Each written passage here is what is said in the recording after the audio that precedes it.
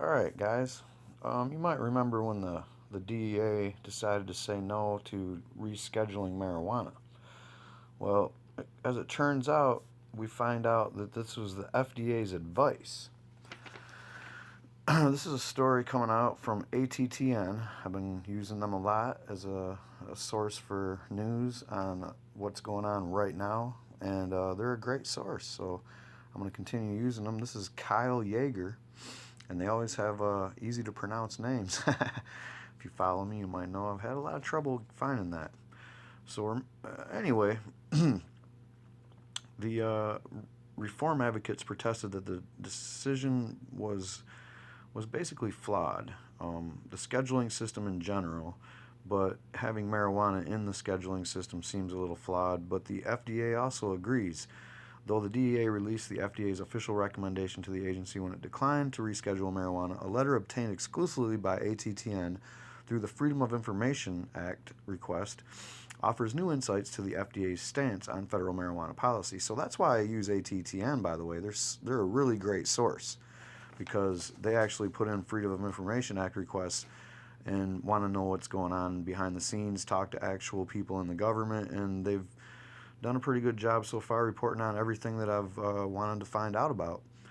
So here we go. In the letter, DEA or FDA Acting Commissioner Stephen Ostroff recommended that the U.S. Justice Department releases the legal and regulatory framework for marijuana rescheduling.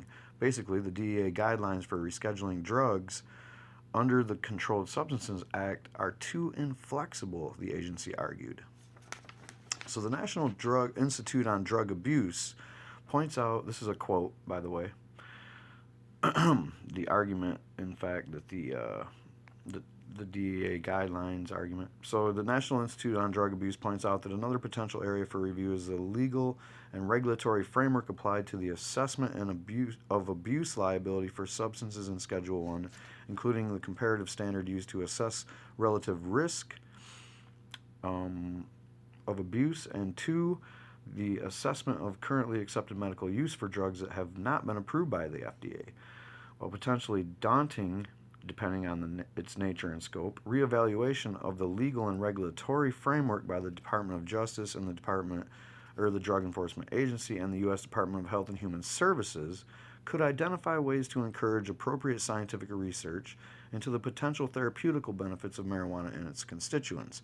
Basically saying that, yeah, we'll put you through the rigorous practices to find out if you're a drug. I don't know. Anyway, in essence, Ostroff contends that the current rescheduling system fails to differentiate marijuana from other Schedule 1 drugs in terms of its potential for abuse and its therapeutical benefits. He recommends that the DEA reevaluate the system in order to justify rescheduling.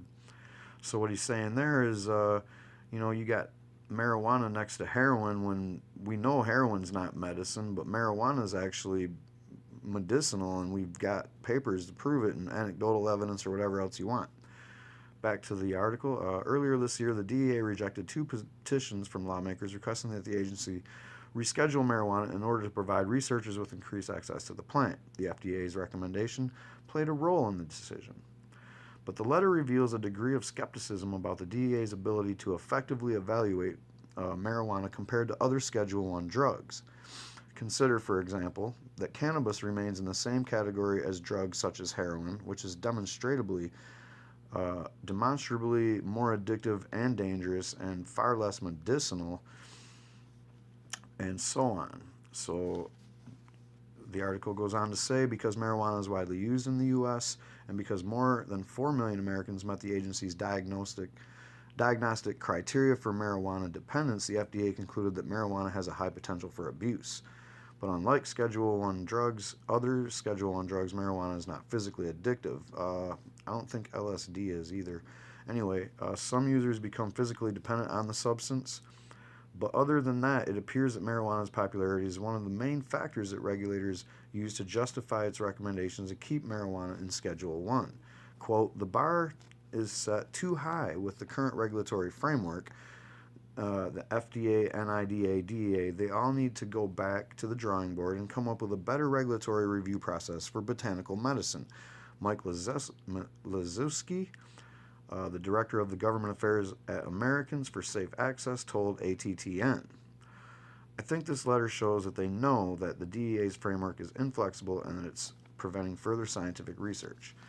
Of course, ATTN reached out to the FDA for additional details about the letter, but a representative was not immediately available. They will update that story, and if they do, I will also update that story. So there you have it. It sounds like the federal agencies are juggling around and bumping heads and bumping into each other, and they can't seem to figure out exactly what to do with this marijuana situation that's obviously on the level of states' rights, and states doing what they're doing is either it's pissing them off, and they're all trying to tug in a different direction as to what to do about it, but mainly just stall out any federal move on it as long as they can, and act like they need more research, or they do need more research. They need to allow more people to do legitimate research in this country. There is plenty of research that has been done, so they can't use the argument that they haven't done any. That's about it for this article.